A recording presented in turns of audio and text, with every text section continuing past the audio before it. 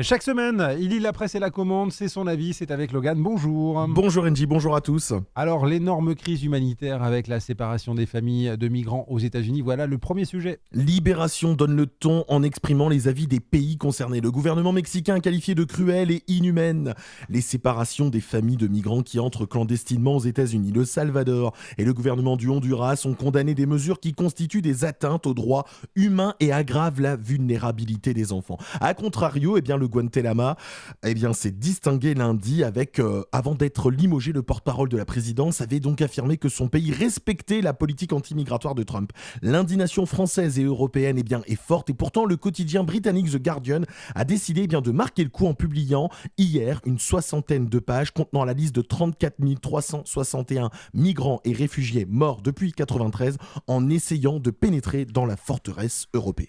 On reprend la direction de la France pour de la politique. Les Républicains ont pu faire une démonstration de limogeage. Oui, c'est Sud-Ouest qui nous raconte les détails du départ de Virginie Calmès suite à son éviction dimanche soir de son poste de numéro 2 des Républicains par Laurent Wauquiez sur cette histoire de désaccord politique. Alors elle raconte les coulisses, la manière dont elle a été virée. Son arrivée lundi vers 16h au siège des Républicains. Virginie Calmès a d'abord constaté que le badge lui permettant d'accéder au parking avait été totalement désactivé.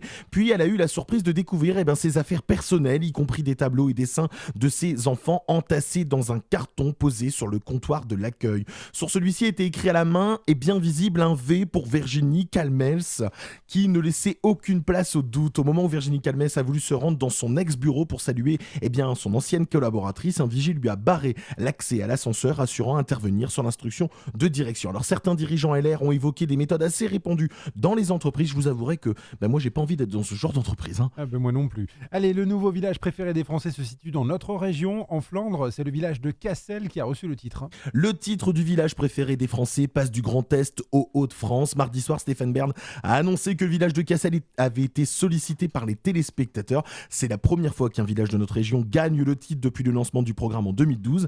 Paris Match décrit le village. Les premières pierres de la petite commune des Flandres ont été posées à l'époque gallo-romaine. Son petit bourg au sol pavé et ses magnifiques jardins inspirés de peintures de la Renaissance flamande. Son mont boisé, dont le sommet culmine à 176 mètres, donne une vue unique et imprenable. Oui, Cassel, village préféré des Français 2018, fait la fierté de ses 2400 habitants et bien entendu de nous, des habitants de la région.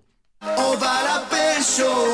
Et pour terminer, France-Pérou, c'est le deuxième match des Bleus en Russie et c'est ce soir à 17h. Alors oui, NJ, quelle composition d'équipe? Qui va quitter le groupe des titulaires? Qui va entrer? France Info se pose la question, mais c'est surtout nos deux nordistes de l'équipe de France. Seront-ils titulaires? Alors les deux ont joué le premier match face à l'Australie, ont été convaincants pour le Lillois. Varane, c'est presque évident, le défenseur du Real de Madrid serait même devenu le chef de la défense.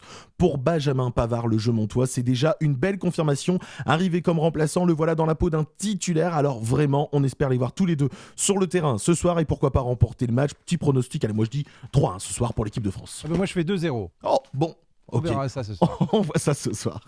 Canal FM, au plus proche de vous.